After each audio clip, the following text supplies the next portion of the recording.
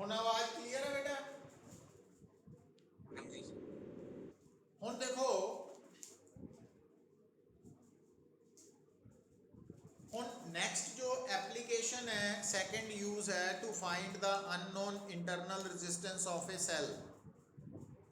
तो सैल दी internal resistance using potentiometer किस तरह फाइंड आउट करनी है बेटा? तो असी ऑलरेडी एक expression for internal resistance derive किया सी, तुहानू याद होएगा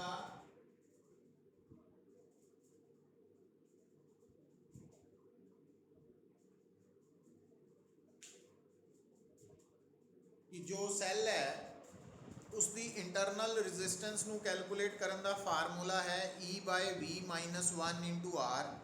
इस फार्मूला ई की है सैल का EMF और V की है उस सैल का टर्मिनल वोल्टेज या टर्मिनल पोटेंशियल डिफरेंस।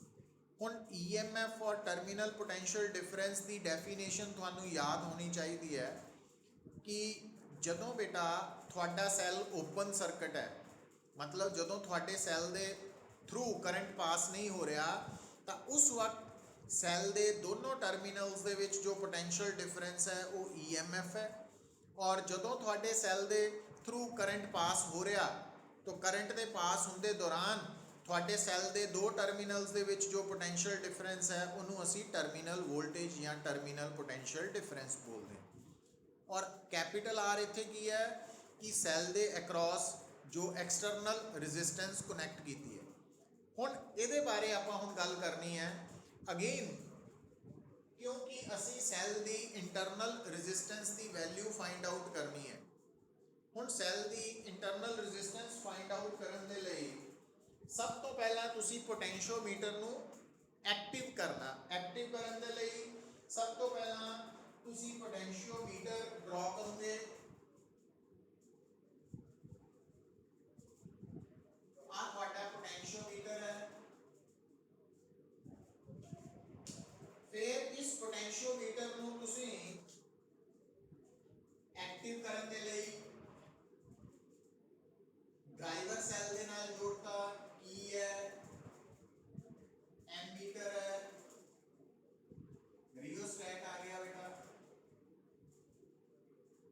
तो हुण इस पोटेंशियोमीटर दे विच करंट फ्लो होने करके now potentiometer is ready to find the internal resistance of cell.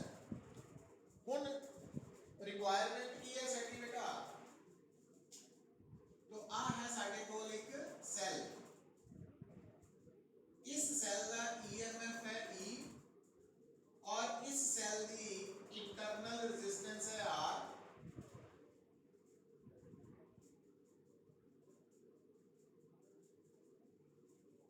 तो ये सेल है, सेल का EMF इंटरनल रेजिस्टेंस। तो हुण क्योंकि बेटा पोटेंशियोमीटर का जो एंड ए है वो ड्राइवर सेल करके हायर पोटेंशियल पे है, तो इस सेल का पॉजिटिव टर्मिनल भी ए दे नाल कनेक्ट करना और आ बेटा साइड आपा कनेक्ट करती गैल्वेनोमीटर नाल।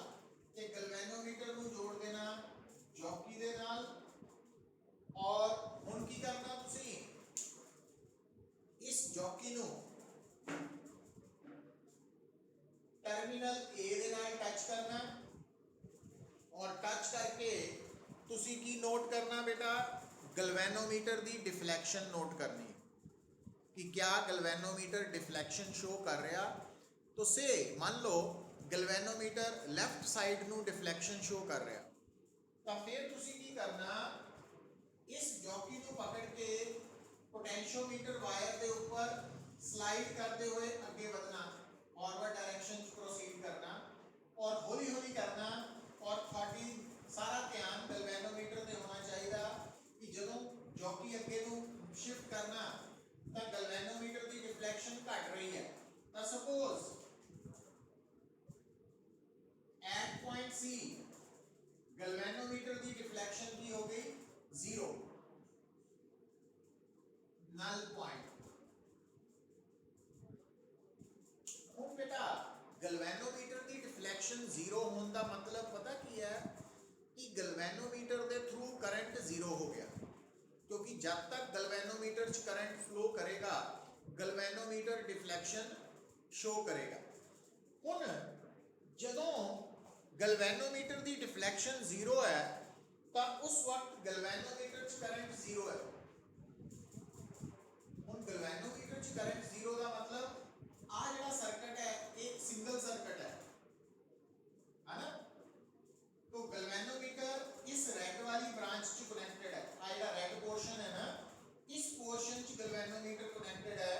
तो इसका मतलब की हो गया कि जदों असी जॉकी नू सी पॉइंट ते टच किया और सी पॉइंट ते टच करन ते गलवेनोमीटर कोई डिफ्लेक्शन शो नहीं कर रहा, इट मींस इस रेड ब्रांच का पूरा करंट जीरो है। मतलब इस सेल दे विच कोई करंट फ्लो नहीं हो रहा। मींस ये जो आ वाला सेल है एक ओपन सर्किट है और इसका मतलब उस वक्त ए पॉइंट और सी पॉइंट के बीच जो पोटेंशियल डिफरेंस है वो पोटेंशियल डिफरेंस इस सेल दे ईएमएफ के बराबर है। तो EMF E directly proportional to की होएगा बेटा ए को लेके सी तक जो लेंथ है पूरे प्रोपोर्शनल। तो ये अपन नोट कर ले। हुण ये तो हो गया ईएमएफ दी मेजरमेंट। हुण अगले स्टेप च की करना तुसी टर्मिनल वोल्टेज नू निकालण लई तुसी आ जिहड़ा सेल है ना आ वाला सेल इस सेल दे parallel external resistance of known value मान लो 2 ओम 5 ओम 10 ओम दी रेजिस्टेंस सेल दे अक्रॉस पैरेलल च कनेक्ट कर देनी। हुण जदों तुसी ये रेजिस्टेंस सेल दे अक्रॉस कनेक्ट करती तो इस रेजिस्टेंस दे करके आ जिहड़ा सेल है ਇਹਦੇ ਵਿੱਚ करंट कंटिन्यूअसली फ्लो करेगा। तो करंट फ्लो करेगा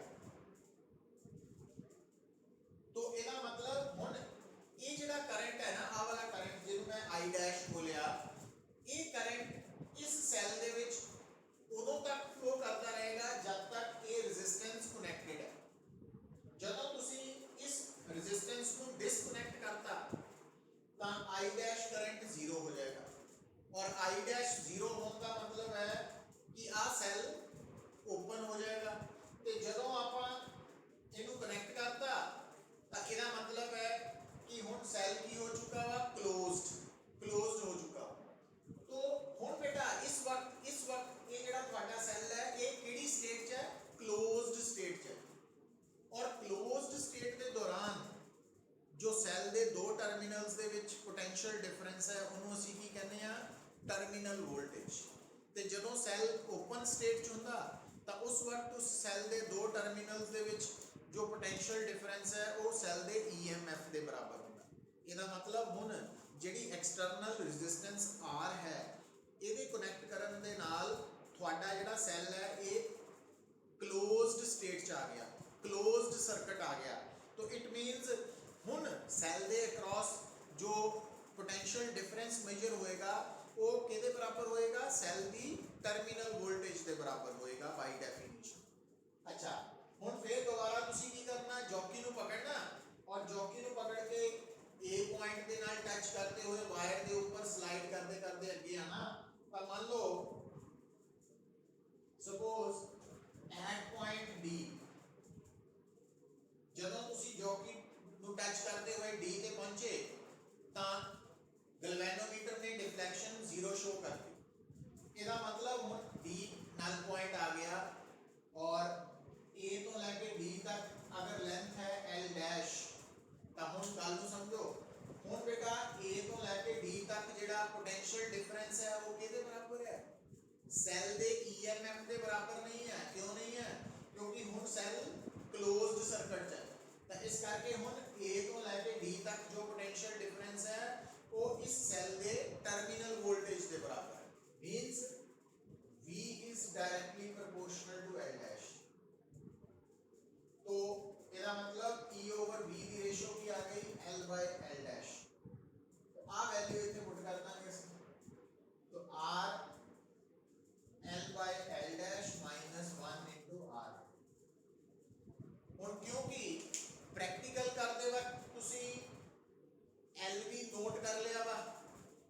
ਡੈਸ਼ ਵੀ ਨੋਟ ਕਰ ਲਿਆ ਵਾ ਔਰ R ਦੀ ਵੈਲਿਊ ਵੀ ਤੁਸੀਂ ਜਦੋਂ ਤੁਸੀਂ ਸੈੱਲ ਨੂੰ ਕਲੋਜ਼ਡ ਸਰਕਟ ਚ ਕਨੈਕਟ ਕਰਨਾ ਤਾਂ ਜਿਹੜੀ ਐਕਸਟਰਨਲ ਰੈਜ਼ਿਸਟੈਂਸ R ਹੈ ਉਹ 2 ओम है कि 5 ओम है कि 10 ओम है वो भी सानू नोन है। तो इट मीन्स L भी नोन है, L डैश भी नोन है, कैपिटल R भी नोन है। तो अगर ये तीनों नोन है तो स्मॉल r फार्मूला तो निकल आएगा और स्मॉल r की है सैल दी इंटरनल रेजिस्टेंस। तो इस तरीके दे नाल असीं सैल दी इंटरनल रेजिस्टेंस नू फाइंड आउट कर सकते। तो ये बेटा वे है